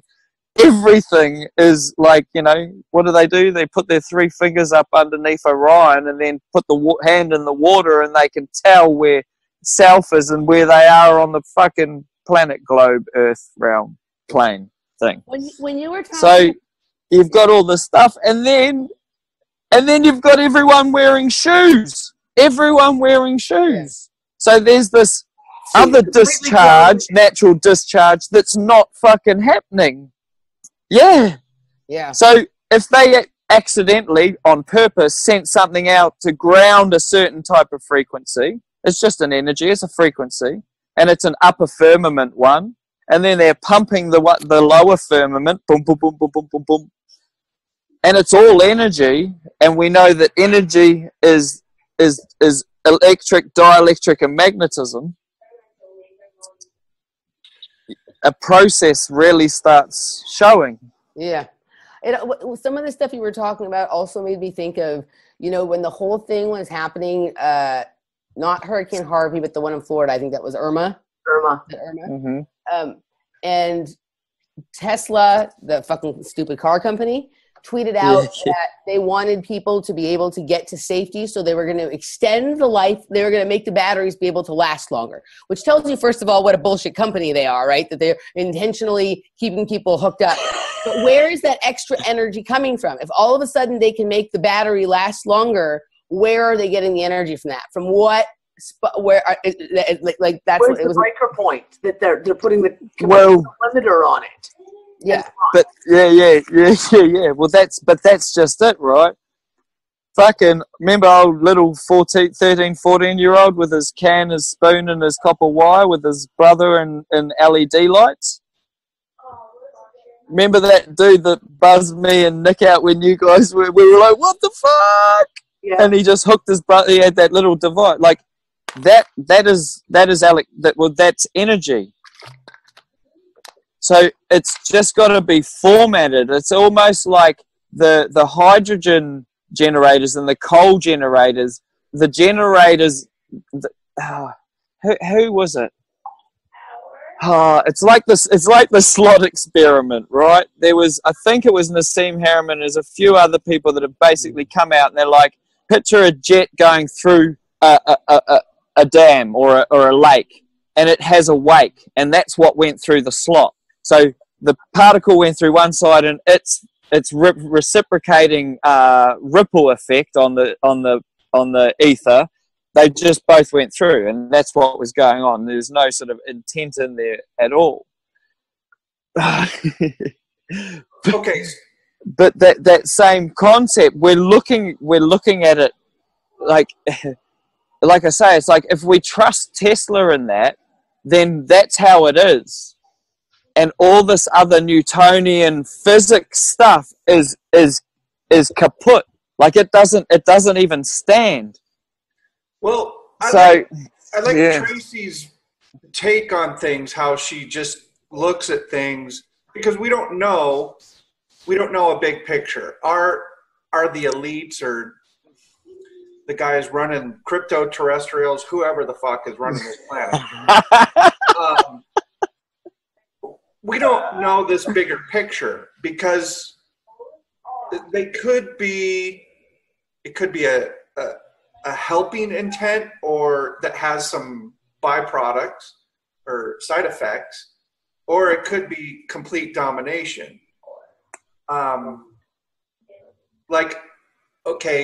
Screwing with all this ether around us, are they just trying to stop our ability to create pocket universes ourselves, because that's our next jump. When I first started awakening, I went to Andrew Bartz's this little gathering, and he was adamant, you know, before he really got apparently hijacked, that the kids will start building cloud cities, and the imagination of the human will just be amazing in that. Well, and remember, in cartoons, there would always be the little bubble world. When kids would have like the idea, there would be the little bubble. And there's fucking cloud cities out there, dude. I saw one the other day when I was driving to work. There was a complete and total astral city right in front of me that they were trying to block with the chemtrails. You know what I mean? It happens frequently. When I drive to work, I'm driving in an area that is not far from the whatever the base is that's in Antelope Valley. I can't think of the name of it right now. But there's all sorts of shit that I see coming over the hill from that way. I see all sorts of like faces in the clouds, all sorts of weird things, but I see astral cities, I see cloud cities, but they're always trying to block it. It's like part of the purpose of the chemtrail is so you can't see what they're experimenting with over there. So what if these young dudes literally, like, because, and correct me, Jeff, if I'm wrong, this was one of the other things, was Andrew was saying that time was only a marker. Right. It's like your birth certificate. It's only a marker of the time that something occurred. That's what it is. It gets turned into other shit, but that's what it is. That's when Chris Kaler does his healing sessions and stuff like that, sometimes he'll have things like he'll talk to me about like myself carrying a timestamp from the 7th dimension. Like I have a timestamp. So he talks about timestamps from different dimensions. So I wonder if that's just time works differently at each different level or dimension, or on each block of the chain. If time is the controlling factor or stamp for things here, which is the manifesting realm, right? Well, that's so if these dudes are playing with space, and that's, to me, that's why I was like, holy shit, listen to what this dude's, because he was like talking about space more than he was talking about codes or time in my eyes and in my head. And I was like, holy shit. But what if they're onto it? And that's exactly what they're doing. So space is this fluid thing. Quantum physics talking about the reciprocating space. Space, right? It's water. It's water. It's fluid. It's very... That just keeps coming back up, doesn't it? It just seems like it kind of dies off for a second, and then all of a sudden something else comes out. Talk about space as liquid, as a fluid, as a... but here's the thing about... right? And these embryonic. Yeah, embryonic. We talk about it all the time. Why are they so so intent? Your dog just ran by, so funny. He was like trotting in a way that was like he was out for his morning stroll. It was really funny. He just went up to the roof to have a poop. So that was it. Why are they doing everything they can to control the kids? From the education system to the vaccines to the drugging them down. Like, when the vaccines and the education system haven't worked, we've got to drug them down with ADD drugs and anti-drugs, etc. Ooh, I just had a thought. Are pulling this out. Like this is, I have a little guy who lives in a world of imagination. And Ben knows Kale lives completely in a world of imagination. He doesn't, getting him here is so fucking hard because he is always in this world of imagination. And if they are creating it, I mean, like I said, one of my favorite authors, Robert Heinlein, that was the whole premise of his one major series of books, was that creators actually create. So like the truly great authors, truly great visionaries actually create those universes, create those dimensions. They become a reality because they've put so much into it. Look at Lewis Carroll. Yeah, totally. When you guys were talking, when you were talking about controlling time, it made me think of, okay, so the first episode we did with Cliff on time, we were talking about the idea of time control or time domain technology as opposed to time travel. And we were talking about David Anderson from the Anderson Institute, and what he deals with, and he is what he calls time control, right? So he like sets up basically a domain and then tries to control basically time in that space. And Cliff was talking about how there's like, basically obviously like no one's heard from him in a long time, like wherever supposedly he was last practicing his stuff, some government agencies came in and they were like obsessed with the building. Like they got rid of him. Who knows where they took him, but they were obsessed with the building, almost like the makeup of the building held the answers as to what he was doing there. But he was talking about how there were some people in Australia or New Zealand who are cheesemongers who wanted to use his technology to basically age cheese more quickly. And so basically he was talking about using either filters, applying a filter or a lens to time to either make time speed up or just time slow down. So what if that's what they're doing, Dani? What if when time was going really fast earlier in the year, they were applying a filter, or I can't remember which one it was. The filter makes it go faster, or the lens makes it go faster. And then when they slowed it down, it's like they flip it over, right? It's either concave or it's convex, whatever is being applied. What if time? You're muted, Dani. Dani, you're muted. Dani, you are muted. Fuck, sorry. And this is the thing. So the sun dogs that we're seeing inverted convex sun dogs. Yeah. Right? I've seen 4 separate pictures in the last 3 weeks of sun. Like a dome. Sun, here's the first arc, and then there's a second arc above it, which is impossible. You can't come up with it. You cannot come up with a physics formulation. I don't care. I bet a dome would. What about a 1,300 foot dome? Regardless of whether it's whatever the dome, because I'm not even going to go into the whole flat earth fucking shit. Don't even start. No. Talk about how they're bringing, it's not flat earth, it's latitude. Well, that's what I'm saying. If they're bringing the frequency down, it changes. What if they could change the shape of it, right? That's so. The shape is warping. Yeah. If the shape is actually warping, because of the geomagnetics, it's the lens or the filter. The lens or the filter. The lens or the filter, and that is what is actually creating these wormholes, if you will. Of time and pocket, and maybe the opening to those pockets. Maybe it's like understanding. Maybe it's like understanding where and when that's being applied, and being able to sort of position yourself at an angle with that. So it's like. Well, I've been told that rainbows are actual signs of portals being open. Yeah. Because the rainbow is the representation of the sun hitting the water at the right angle, which is that 45. I know that for sure because so much a part of programming for people like me who had to do with rainbow, right? Had to do with rainbows and going over the rainbow, and there's always the prismatic part, the prism programming and the rainbow thing. And I was in the fucking movie called Rainbow when I was little, and that was a large part of my thing. Was they always were like trying to get you to go over the rainbow, trying to get you to go to where the bluebirds fly, like that. That's what Project Bluebird is. That's what all the thing, right?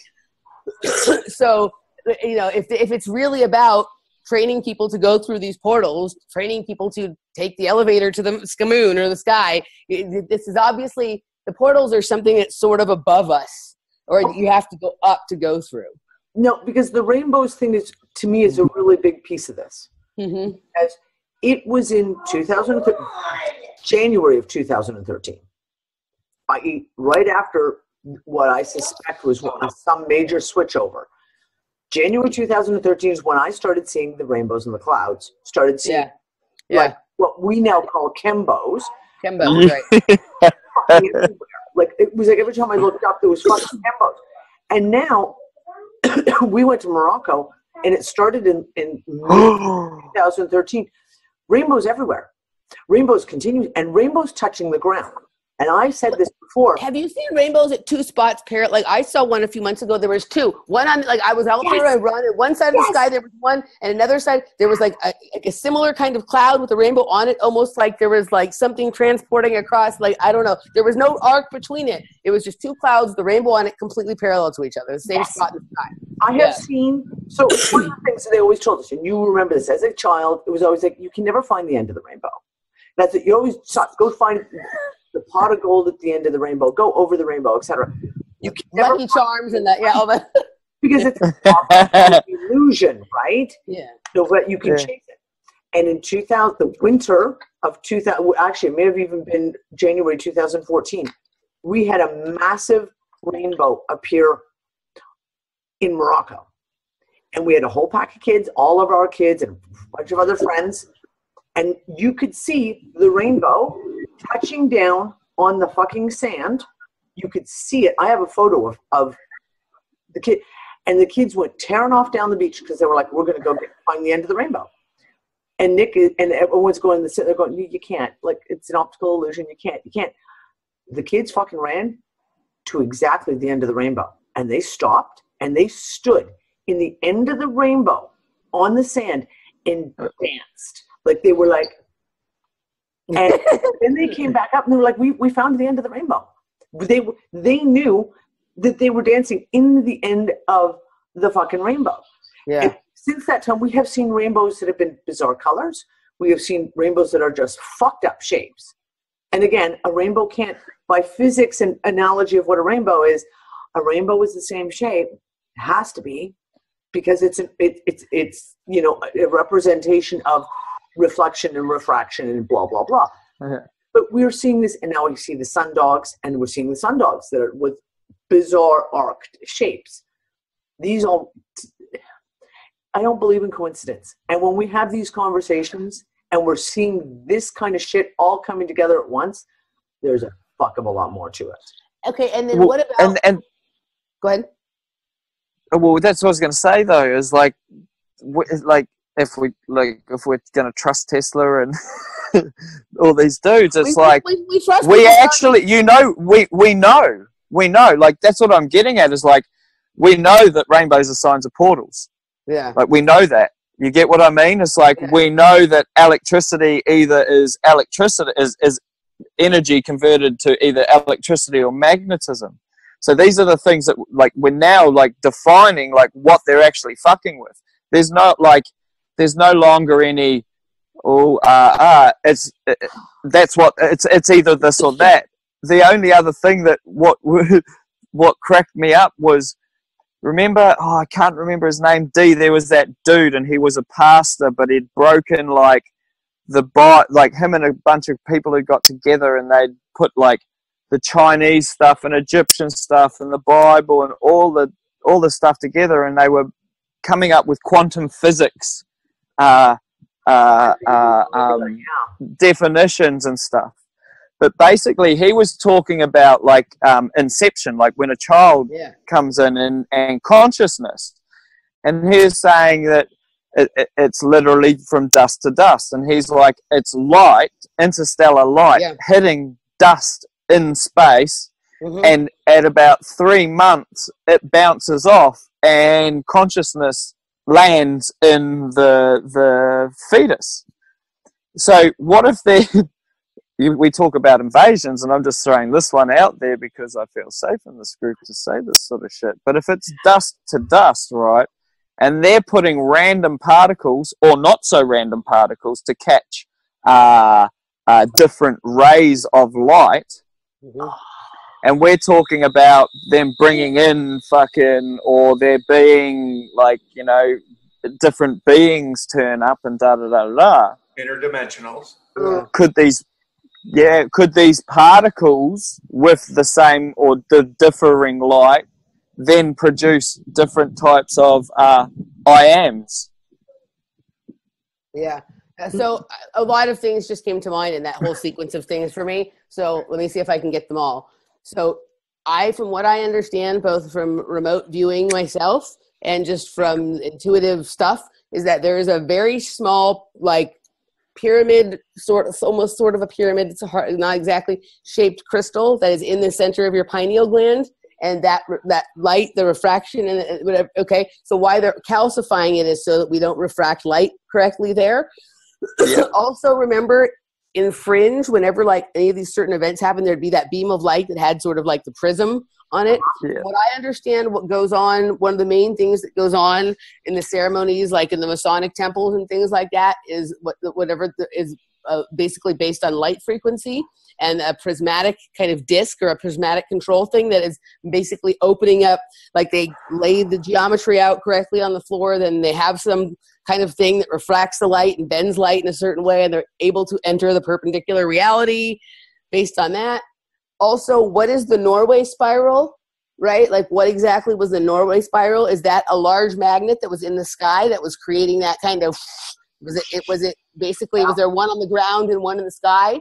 Right, and that was being resisted and creating that kind of thing there. So those were all those. I think that's pretty much. But also with the whole, I've long felt like they're hiding certain colors from us. There's more colors on the rainbow or on the spectrum or on the prism that they're telling us that they're not telling us about. And I know because I see them when I'm in the psychedelic state. There's colors that I see in the psychedelic state that you never get to see in the regular state at all. And those colors tend to be in that range between like red and indigo, like the purple and pink, where the purple and pink comes together. There's certain tones, and that's also the color of that doorway that DeSantis has there. He's got that purple door in the middle of that sort of pink thing. It's that area where they're hiding information. Like, what if like the information is hidden? Like exactly, they're hiding frequencies, both sound and light. I think that's one of the things, like where I have so many of my realizations, but also where they're trying to assert so much control is in the realm of electronic music, right? And when you go to these events, there's all these light shows, there's huge LED light shows, there's stuff on the screen, there's all sorts of shit going on there. But if you can kind of catch something at just the right angle, it's like a whole other world opens up for you. There's so much crap going on. There's like, it's just like I can't even begin to. And like now there's the whole thing to add to this conversation, which Jeff and I have talked a little bit about, but in addition to all the chemtrail stuff, what about all this vaping shit? That's like chemtrails on the ground that people are participating in. That shit is full of programmable matter. There's also, right? They plug that shit completely. They plug that shit into their computer to charge it, and then they breathe it into their lungs, and then they blow it out, right? So everything that's inside of you is being imprinted on that and blown out and breathed into the people around you. It's part of creating the hive mind, but it's also just part of terraforming the ground level of the environment. Well, that adds into what Dollard was saying about them changing the electricity, right? Mm-hmm. Just that alone, even plugging that into a device and like your toaster, it is, you know, because all those different aspects are just the representations of capacity. So it's the same with color. Like what we've been told is chlorophyll is actually blue. It's not green, it's blue. Yeah, yeah. So the way that the light filters, it represents as green. So then if we've got more phytoplankton and floating around in the sea, is the sky, if it is blue, actually just reflecting during the day off of something, the blue of everything, because water's not blue, water's clear. Yeah. Right. So if it is a reflection color, we see it as green. But then to add to what you were saying about psychedelics, I'm defined as colorblind, but it's not what people think. And I see shit that other people don't see at all, which is like really strange. But yeah, it's all, everything's just that representation, right? So it's all essentially programmable or not. And it's fucking... It's all programmable. It's whether it's programmed or not. And I think that's the kind of thing, we're getting into this really interesting space where there's like a battle as to who's going to program the atmosphere. I think that is so much, at this point, the atmosphere is recording our every thought, and we're recording everything about the atmosphere in our bodies. And it's almost like, you know, we're getting to this point where it's true. Like the things we think about and the intentions we have, if every breath we take is marking something, you know what I mean? Like we're in that. I mean, so as scary as this time is, it's also in some ways a powerful time, because if we're living in a charged environment, who's charging it? Right. And program, who's programming? They're trying to program the programmers. Yeah. So I came up, I talked about this in the Unfuckers room a couple of weeks ago, maybe last week. I don't know, time is irrelevant. You have all these talent shows. So you have America's Got Talent, you've got The Voice, you've got, and now of course America's Got Talent is now global. Like every fucking country in the world has their version. And the one thing I've noticed, and I've been putting this together over a couple of years, is like every season you get a young person shows up who they open their mouth and they start to sing, and it's like the energy that comes off of the power, it is stunning. It is breathtakingly stunning. Now, whether those kids win or not doesn't matter. They always get a recording contract. And then you listen to the recordings they put out. And it's gone. And they're shit. The energy is gone. And I put up a couple because of course the big sensation right now is that young guy from Kazakhstan, I think, who's Dimash. Astana, Kazakhstan. That's crazy. That place is crazy. Yeah. Yeah.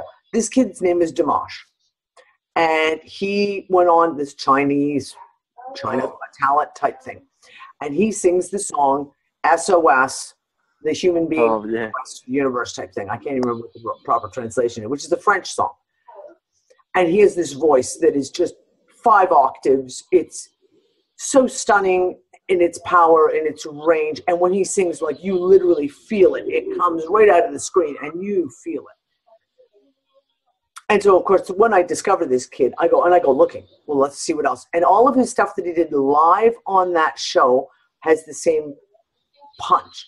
And then I went and go, well, of course, he's become a superstar in China. He's been traveling all over Asia. They're promoting him everywhere. And then you hear everything else that he's done, and it's like kind of meh. Not that his voice isn't good. His voice is so stupendous, but there's no punch. Action. If you look, Mark, I've spoken about this with Mark Devlin, and it's in his first book where he talks about the ritual that goes on in the music business. Or this was maybe back more in the 80s or 90s when there was like a master tape, right? Master cassette. Yeah. They'd put it on an altar with a charging plate, and they would basically charge all this energy, put a curse on it or a spell kind of thing. And then now they don't do that necessarily, but all of the music now, because it's whether it's electronic music or not, it's all electronic music, and it's all basically run through like a lot of it's run through Beatport software, because the tracks, especially if it's dance music, are available on Beatport. But with all the other kinds of music, similar kinds of things, they're basically have to be run through a software, and that software is now providing the kind of ritual where it's basically attaching other informational frequencies to it that are basically. So the reason the passion is gone is because this other stuff is riding in on that energy, like something like Pro Tools. Yes, but it's not even that they're putting stuff in; it's they are neutralizing. It's they make these shows so huge because they have to find these voices. They have to find these creators. They have to neutralize the voice, and they have to neutralize them. They have to also bring the octave or the frequency to a point that it can carry in the information that they want transmitted. And if the energy overrides that, it won't be able to push through what they're trying to push through. Is that why they annihilated the vinyl industry? Yeah. Okay. I want to flip that to Catherine Austin Fitz is doing an EMF Warrior series with this Jason guy in Australia. And the very first one was how he uses his different tools to clean a house EMF-wise. But I haven't followed up, but he says any frequency from cell phones to your Wi-Fi router or whatever, if you just overlay the frequency of a waterfall, it dissipates all EMF. Charged water. It's the same concept. That waterfall has a frequency wave, and all we have to do is he knows the technology, but he won't do it yet because he's not supported. So So that's that whole theory of like energized water will dissipate anything, because it has the stronger charge. And that's one of the things, like what Joe does. Like, he got sent water from the mines in Papua New Guinea, and the water is 197.5% saturated with pollution. 197.5. So the pollution is polluted, and it's polluted. So in front of scientists, he put this water through one of his machines, and like, I'm not joking, this shit runs off of like 4 car batteries put in series. So about 48 volts. And within 3 minutes, he's left with water. Yeah. And because there's no byproduct, like the scientists are like, well, where's it gone? And he's like, what do you mean? Like, well, where's the pollution gone? Like, when you do this, it's got to separate. And he's like, no, everything's water. We just turned it to water. And he's shown us, like, he'll get dirty water and he'll zap it, and then it'll separate, right? So he'll pour all the clean stuff off, so you're only left with the sludge, and then that sludge will turn into water a bit more, and he'll pour that off until there's nothing left. Nothing. And it's like, but that's the thing with the waterfall, is it's charged. Yeah. It's charged. Yeah. And literally, like, you know, even the same with the CSG ponds. He'll pump out a one CSG pond through his machine into the other CSG pond, and the other CSG pond starts cleaning. The CSG stands for what? Coal seam gas. So all the disgusting, the fracking. So he'll go from one fracking water pond to another fracking water pond, and the one that he's pumping into starts cleaning because of the water. Wow. So and yeah, that's where my mind got blown, because the whole idea is you just have to set up bodies of water with this charged water, and it will just attach itself to all the other water everywhere.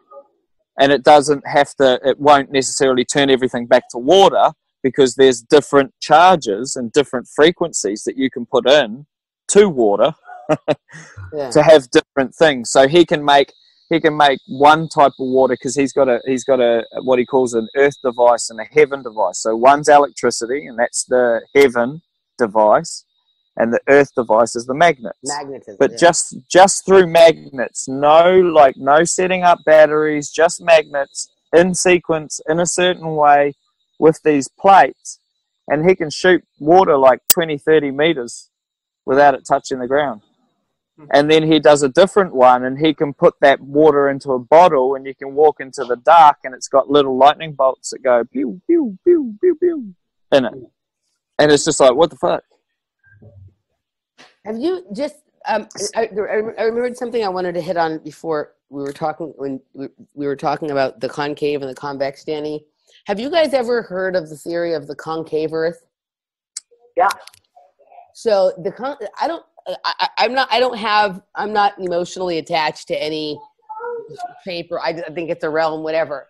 But I ended up down this very crazy rabbit hole with that one night. Like, and this was right before the flat Earth thing started. So what happened was, this has to be about 3 years ago. So right before the flat Earth crazy started. It was the middle of the night. It was like probably 1 in the morning, and I was like I was doing research or watching videos, and I was getting ready to wrap it up. And for some reason, you know, in the recommended feed, there was like something about the concave Earth, which I was like, oh, that's weird. What the hell is that? And I was like, no, that's just stupid. I remember the flat Earth thing hadn't become a thing yet. So I was like, what? I was like, that's weird. I don't know what, but it led me to click on it, right? And it was this like crazy guy who calls himself Lord Stephen Christ. Oh. And he was explaining about the concave Earth. And immediately I could tell he was crazy, but what he was saying on a certain level was making sense. So I listened to a couple of videos with him, and if you actually, like, now he just makes videos of self-aggrandizement, but if you look back on some of his earlier videos, you can get back past him talking about how he's right and everybody else is wrong and all that kind of crap. There's a few things in there that are interesting, right? But I started to dig into it. So it's 1 o'clock in the morning. I'm ready to go to bed. And of course I end up really, really far down a rabbit hole. And as you do. As I do. And he basically was talking about, he was talking about this book called The Cellular Cosmogony by this guy named Cyrus Reed Teed. And this guy, Cyrus Reed Teed, like lived in Florida, like in the late 1800s, and had like a community, like a, you know, like an off-grid kind of community where they were basically playing with free energy technologies and water purifying technologies and all this kind of stuff. And they did, like, people thought they were kind of crazy in a commune, but they did nice things for like the city around them. They weren't necessarily hurting anybody, but eventually the marshal for the area came in and beat the Cyrus Reed Teed guy to death. Okay. And so, as they do. Right. And his whole thing, Cyrus Reed Teed wrote this book called The Cellular Cosmogony, in which he basically equated the belief in the Earth's concavity with godliness. So if you understand that, then the fact that Stephen is calling himself Lord Stephen Christ is not really him saying he's God. He's basically just saying that I believe that the Earth is concave, which makes me a God. Well, I started digging into this. So this guy. So this guy. So another way to say Cyrus. Another way to say Cyrus in some of like the more older biblical language is to say Koresh. And so I ended up figuring out that actually this was what was going on in Waco with the Branch Davidians, is they believed that the earth was concave. And that's sort of what that community was actually in some ways really about. And I ended up so far down a rabbit hole to the point where I thought maybe this Lord Stephen Christ is a fucking illegitimate, the kid of David Koresh, because there was things in his bio without him saying it that make it seem to me like he was there. He's from Waco. That made me believe that he was there in Waco. And he's been to jail for some of his beliefs and things like that. But the weirdest part, so another term for this belief in the Earth's concavity is called Koreshanity, and that is why David Koresh chose the name Koresh, because Koresh as a nod to Cyrus or Koreshanity. The fucking same week I watched this video and found all this stuff about Koreshanity, who was the fucking creep at the Justice Department? Eric Holder, right? Eric Holder comes out, and for 1 week, and that week only, the same week that I found this fucking video, he was calling ISIS Khorasan. Remember that? For like 1 week, he was calling them Khorasan. Yes, and it was like, what the fuck is this Khorasan? Khorasan is spelled the exact same way as Koreshanity. Okay, so Koreshan. Khorasan is spelled the same way. And literally, so there was this whole thing. So he comes out, he keeps saying Koreshanity, and literally 1 week later, the flat earth craze started. Literally 1 week later, all of a sudden my feed was full of videos about the flat earth. Almost as if they created the flat earth thing to distract from the idea of the concave earth, which this guy who's kind of crazy, but sometimes to be, look what they've done to Eric Dollard, right? How crazy they've made him look, right? Sometimes when you're coming with some of these ideas, either they make you seem crazy or you have to pretend you're crazy so that they don't, that you can keep saying. Yeah. So this Lord Stephen Christ, so that you're not legit. Right. So he's thoroughly annoying, and he discredits himself by all the dumb shit he says. But some of the like graphics and drawings that he's provided as to what his idea of the concave Earth is to me matches closely to some of the stuff that we've been discussing in this conversation. What if we are on the inside of the Earth, and it's not like a hollow Earth, but it's like we're on the bottom part of the inside, and there's a dome up top, and that dome could collapse, and sometimes the dome could be like this, and sometimes it could be like this, and like this. He doesn't say that. That's what I'm adding to it. But he talks a lot about sonoluminescence, which is something about the way that the light works, because the sun would be in the very middle of this kind of thing, and the way light reflects, he's basically saying that all of the other planets are within this concave Earth. And that the way that the sun is... Like a lens. Like a lens. Yeah.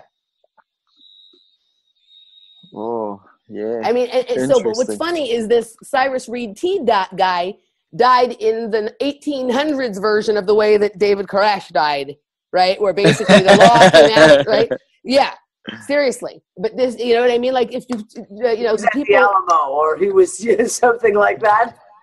They rolled in the cannons. So I have no idea. This is just my theories about it. But like literally, I ended up that far down the rabbit hole about that one night, and I've always, through all this flat earth stuff, I always say, you know what, like, I'm open to any of these ideas, but there's something about that concave earth thing that just rubs me in a different way, that like the perfect way to distract from the concave Earth would be to create this flat Earth movement, which is half right? Which is half right, but is missing the most important part, which is about there being convexity and concavity. Which is the exact opposite of a globe. Yeah. And So we are that living, and they invert everything, right? Isn't that what they do? Well, you know, that would mean there would be a ring. If it was concave, there would be an edge or a ring, which is up to get out. like out of the bowl. Yeah. You got to go up to get out. Well, Yeah. see, and that's the other side of it is like, and it was the reason I bring this up. I think it was before 1953 or 54. If you look in an American encyclopedia and you look up the definition of Antarctica, is it Antarctica? Or no, sorry, the Arctic, not Antarctica. It was the Arctic. I'm pretty sure, and it actually said the landmass in the northern region and a 1,300-foot dome. Yeah. No, that was Maybe what if the dome is literally something that's just a plug? What if the dome, rather than it being completely, is like a plug? Yeah. It is your fucking decompression room between worlds. realms. And yeah. Yeah. The also, if in his model, in the concave Earth model, all the planets are inside, making them much smaller and much closer, which would also make them accessible by an elevator ride, possibly, right? And also, and all that stuff. yeah. You know what I mean? Like if all of, and also would explain why we're so affected by particular planets, even though they're so far away. Well, if they're a lot closer and they're just control rooms, I mean, what if Saturn is just a control room for time? You know what I mean? Like then it being some sort of black cube in the sky that disguised as a planet that we think is really far away, but really it's just some fucking dumb shit right up in the sky. You know what I mean? Like, like a satellite with cloaking. Satellite. Yes, that's I was just going to say satellite. Yeah. You know. Well, see, my only bit with a lot of this stuff is like then you throw in what the First Nations people start saying, and it's like down here, the Hopi up in the north, and when they talk about like the moon, you know, they sit there and they'll say that, oh, you know, when the moon came. When the moon, exactly, and the sky or the waterfowl, and then there's those types of, you know, bits and pieces. What if you're right at the plug, the dome? I guess you've got to wonder whether they're parable. Well, also, if the dome, whether they're working in parables or. Yeah, sorry, but also if the dome was like a plug, there's no reason why they couldn't insert things. Maybe certain planets, certain moons weren't there. They needed to put these things in order to control that we're living in the fishbowl. The specific things. Yeah. E.g. the certain types of planets were, what do you call them? Inverters for those frequencies. Like they sit there and say they direct Saturn's energy from the moon and da da da da da. Yeah. And we've now and we've got DeSantis saying fucking moon bouncing and stuff. So we know that the moon can do shit. Okay, I want to throw something out here. And this just came to me. We talked about the whole elevator. You have to get down. You're getting puppy love. Well, yeah, I know, but he weighs 120 pounds. He literally is flat in my lap. And he just licked me. Slimy. We talked about the whole idea of the elevators. So, what if at one point...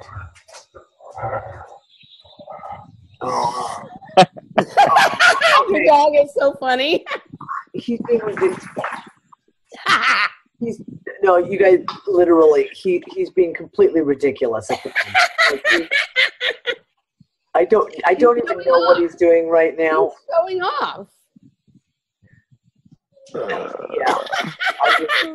Let me get rid of the distraction for a moment.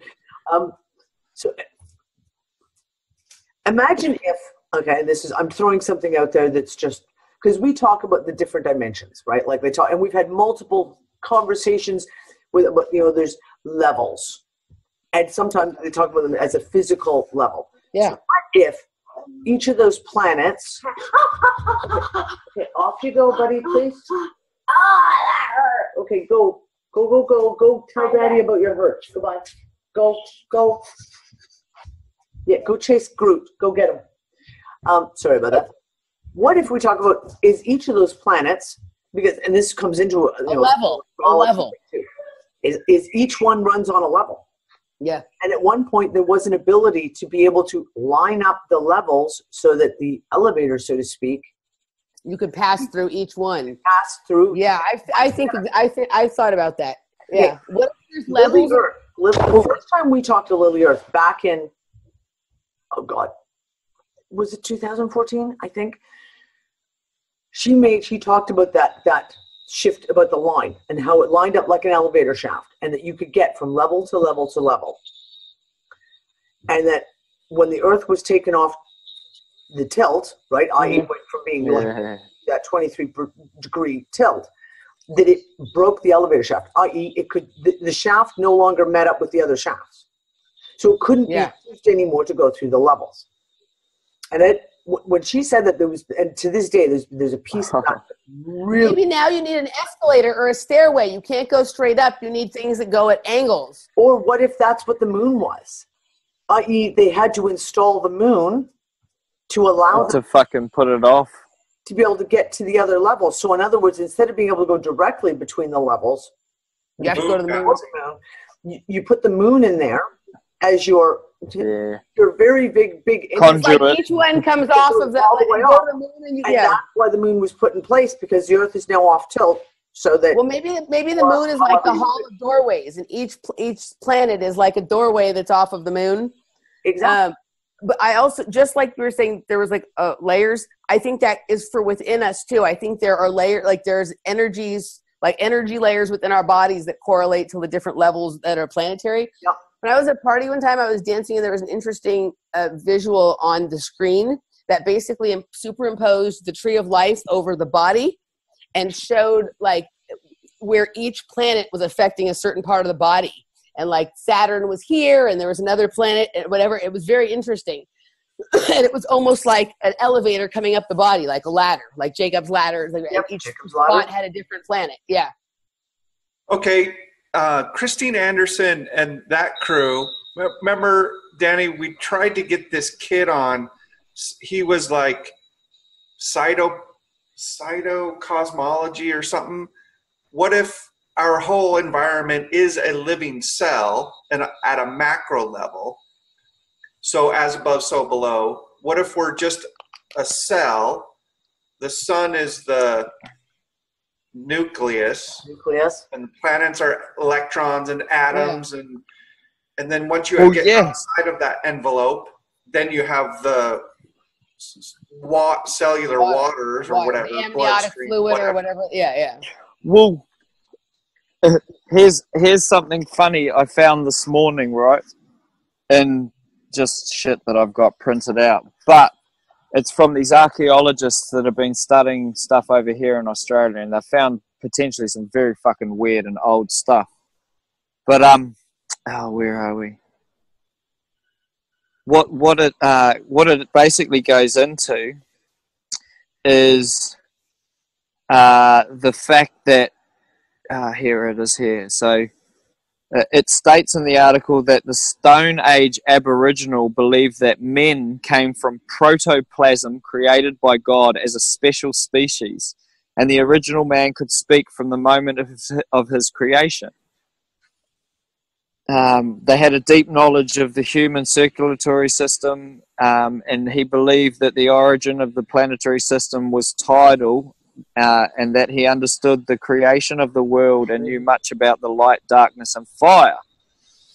So fresh evidence is also given he believed in the immortality of the soul, and this is all stuff that's coming. I agree from with this. that. I believe the origin of the earth is tidal. I think we come from water, and I think that's why there's so much of this underwater training stuff in the programs.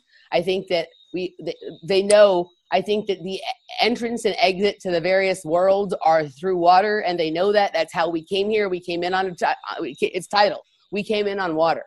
You know what I mean? And our births are even symbolic of that, and that we come in through the water, you know what I mean? From our mother's stomach. And through the Admiralty law is... all that stuff, yeah. And that's matter. Water. Well, even in Lilu's last message, you know, traveling through the water was an interesting little nugget right there. But so that little message you put there was what we said is that they I don't come speak into Lulu. our game. We have to go into their game. And I don't speak Lilu because I didn't pay enough attention to any of that stuff. So you might have to fill me in a little bit on exactly I got what the little 90-second message was, but like, what is this whole? I'm not fluent in Lilu.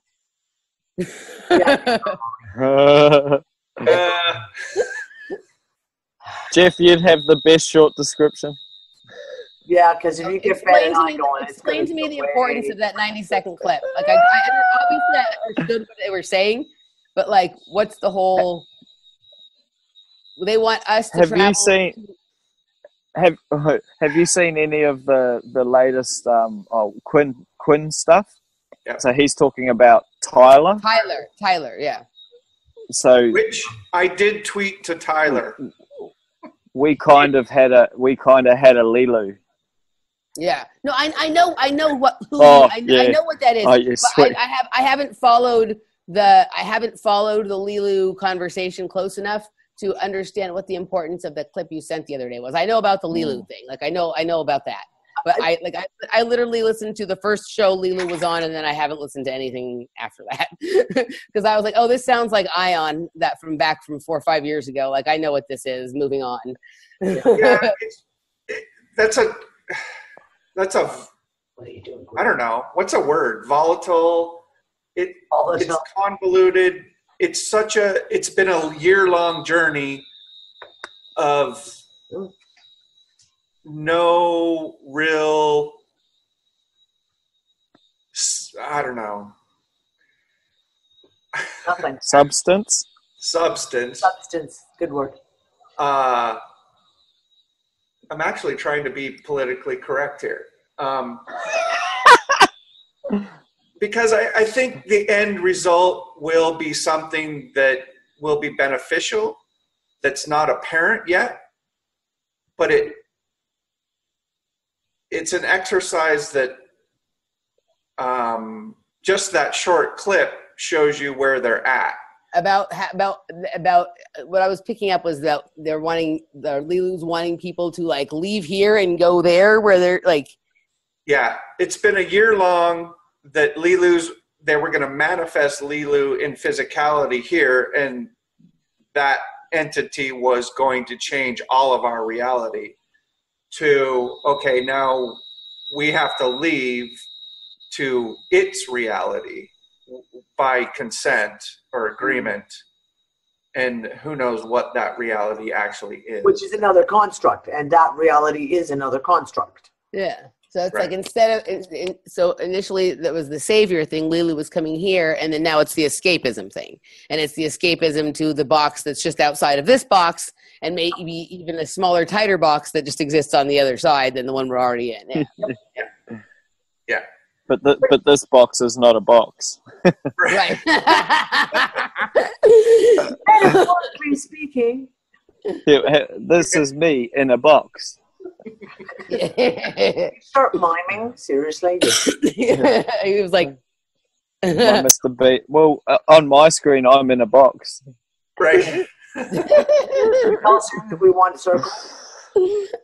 Wouldn't that be funny if it was circular instead of squares here? That would be super weird. Like that would be like the cartoons, like the imaginary bubbles, right? Exactly. That would be funny. Yeah. All right. Well, I think we should probably wrap it up soon because I have to go to work in the morning. You have to go to work in the morning. I have children who are begging for breakfast and stuff. This has been an interesting conversation. We'll have to do these more frequently, and hopefully Randy is on his little anniversary weekend away with Deb this weekend, so we'll give him a pass. But we should do these frequently. What do we want to do with this? Do we just want to save this, or do we want to What do we want to do? Oh, there was I one more thought thing. it was pretty freaking interesting. I think we should Let's put it out. I have a feeling there's some pieces in here that other people are going to go, oh, I have a piece. Yeah. I have a piece. And add threads. That's the whole. We'll There was see. one more thing. There was one more thing before we go. Yeah. I think it was like yesterday or the day before in the UU room. Somebody was talking about how they had a dream about like basically how they could change things from their reality by like focusing on the pixels and whatever. They could like literally erase things, and they were trying to get people to do experiments. And the only reason I knew about it is because she tagged me and wanted to know my thoughts on it and whatever. And I said, let me think about it for a minute. But it made me think about, when you just saw your sunglasses on the table in the room, and you go in there and you just saw them 2 minutes ago, and then they're gone, and then you leave the room, you come back 5 minutes later, they're there again. Yeah. So I didn't know if I did a good job explaining that, but she was talking about basically focusing on like the pixelation of reality and erasing or removing things. And somehow maybe when we're focused on, we're looking for the sunglasses, it makes it makes that disappear and come back, and then we've given up on them. We're not looking for them anymore because we think it's already not there. Then it's right back there. Yeah. Yep. I used to do that as a fucking 8 and 9-year-old with money in my pockets. Yep. Seriously, I would be like, I put $3 to get some sweets after school and eat them on the way home. And on the way to school, I'd be like, I'll buy them now, fuck it. And then I'd be like, there's no money. What the fuck? And then on the way home, I'd be like, nah, it's there. And I've been looking all day. I didn't just look that. And all of a sudden, there's more than what I thought was in there. I'm like, huh? Yeah. And then I just thought I was mentally retarded. And, that turns out to be the case. But that's all right. But that whole focus thing is like, that's kind of where my focus is. Yeah. And that's what, like, all the stuff, like, all these little hermits and alchemists and fucking radiologists and stuff that are coming literally out of the hills at the moment. And they're just like, oh, yeah, no, look at this. And all the stuff that we're talking about, literally, is, like, these guys are talking about, like, oh, we discovered a new type of atomic, or what they call atomic energy, but it's safe, but we can't do anything with that. And then there's Joe he runs cars, and everyone thinks they're hydrogen, but instead of using a pipe, he just uses a steel rod. And he goes from his device into the carburetor, and the car just runs. There's nothing going into it. Like nothing. So what we're talking about, all this stuff, it's real. But we're made to all think that we're fucking bonkers and that it's just like, whatever, a glitch or this, that, the other. But like that for me is the crux. It's like, I was having this conversation today, not to elongate this conversation, but it's like when you start looking at it, it's like you've got banks, you've got courts which have benches, you've got churches which have benches, and bench means bank. Right? Yeah. So then it comes down back to this whole energy thing. And then they've got these banks and churches, and you look and where they used to build them was on old ancient cultures places, and they're storing our energy and all the rest of it. And there are banks on the sides of where there's water. So the water is where transmutation is possible, and on the banks is where they're not. Yep. Yeah. So, like, there's this evident thing that starts showing... Yeah. Well, exactly, but what I find these conversations that we're having doing is we're actually being able to not so much define an actual point, but we're actually being able to siphon through all the distraction and actually come up with like what I call as the processes, right? So then if we start looking at those processes, it's like if we then have communications in the future on energy and stuff, like, we need to kind of start bringing that Tesla and Dollard stuff in, so that what we're talking about is no longer actual airy fairiness. It's actualized. It's been done. It's been proven. It's been shut down. Yeah. But, it becomes very evident in even right down to like their languages and stuff, which is just it's quite funny. Yeah. All right, we'll have to do more of these. We have to, like, maybe what we should do when we do some of these is like pick like a bunch of little videos that we all kind of watch and then kind of come with our thoughts about them. Throw the ball on the table and say, yeah, but yeah, this was awesome. So okay, so set up a deep immersion. A deep immersion, yeah, for sure. Oh, that's what we should call it too. Yeah, we should do these. We should do these chats and call them deep immersion. That's a good. I like that. Yeah. So Dani, I'm gonna ask you to, because Randy's out of town and he has access to our YouTube channel. I never do the loading to the YouTube channel. So if you want to load the video and then I'll link to it, and then when Randy gets back, he can put it on ours too. But if you want to get it going, I'll have it uploaded by later today. Cool, awesome. All right, kids, this was awesome. Anything else they want to say? No. Nah, because I'll just keep talking otherwise. Me too. All right, guys. Let's stop the recording here. I'm going to stop the recording now. Stop recording. Stop recording.